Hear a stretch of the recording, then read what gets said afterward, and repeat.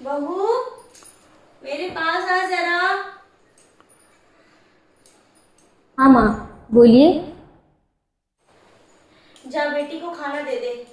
कल उसकी परीक्षा है, पढ़ाई कर करके वो थक गई है एकदम। वो माँ, अभी तक तो कुछ बना नहीं है। मैं 5 मिनट बना के दे देती हूँ, बस 5 मिनट लगेगा। क्या? अभी तक कुछ बना नहीं है? तुम्हें पता नहीं है बेटी की कल परीक्षा है? वो दिन रात पढ़ाई कर रही है।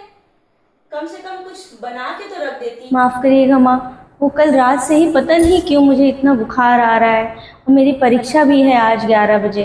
देर रात तक पढ़ती रही तो नींद सुबह इतनी देर से खुली, मुझे पता ही नहीं चला कि कब 8 बज गए।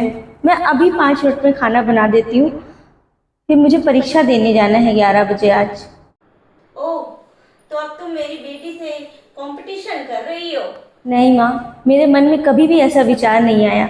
बस ये मेरी लास्ट परीक्षा है, इसके बाद मेरी भी नौकरी लग जाएगी किसी अच्छे लेवल पर। क्या? फिर तुम नौकरी करने वाली हो? तुम नौकरी करोगी तो तुम मुझसे ये उम्मीद मत करना कि मैं तुम्हें और तुम्हारे बच्चों को नौकरानी की तरह पालूंगी। बहुत देर से सुन रही हूँ, माँ भाभी को इतना जलील कर रही हैं। पढ़ाई तो कर रही हैं भाभी। माँ, माँ। बोलो ना बेटा। माँ, मैंने सब सुना। आपने अभी तक जो भी भाभी को कहा है, आपसे बस मैं एक ही सवाल पूछूंगी। आप मुझे उसका बस हाँ और ना में जवाब दीजिएगा। क्या आप चाहेंगी कि मुझे आप जैसी सास मिले, जिसे ये पसंद ही ना आए कि मैं पढ़ाई करूं, आगे बढ़ूं? क्या आप इसी दिन के लिए मुझे भी पढ़ा रही हैं कि कल को आप जैसी ही सास मुझे मिले, जो मुझे पढ़ने तक ना दे, मुझे आगे बढ़ने तक ना दे? माफ करना मुझे बेटा, माफ करना बहू। मैं बस ये सोच रही थी कि ऐसा ना हो बुढ़ापे में तुम भी नौकरी करने लगो। बेटा तो नौकरी पे चला ही गया है दूर, तो मेरी सेवा कौन करेगा? इस वजह से मैंने तुम्हें इतना सुना दिया। पर लेकिन मैंने ये नहीं सोचा कि अगर कल को मेरी बेटी के साथ भी अगर कोई ऐसा करेगा तो मुझे कैसा फील होगा। मुझे माफ करना।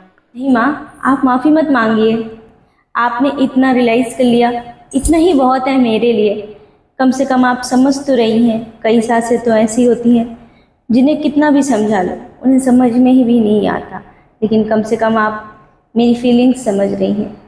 आगे से मैं ध्यान रखूंगी, अपने बहू का फ़र्ज और अपने काम दोनों को बीच में कभी नहीं आने दूंगी। मुझे भी माफ़ करिएगा माँ।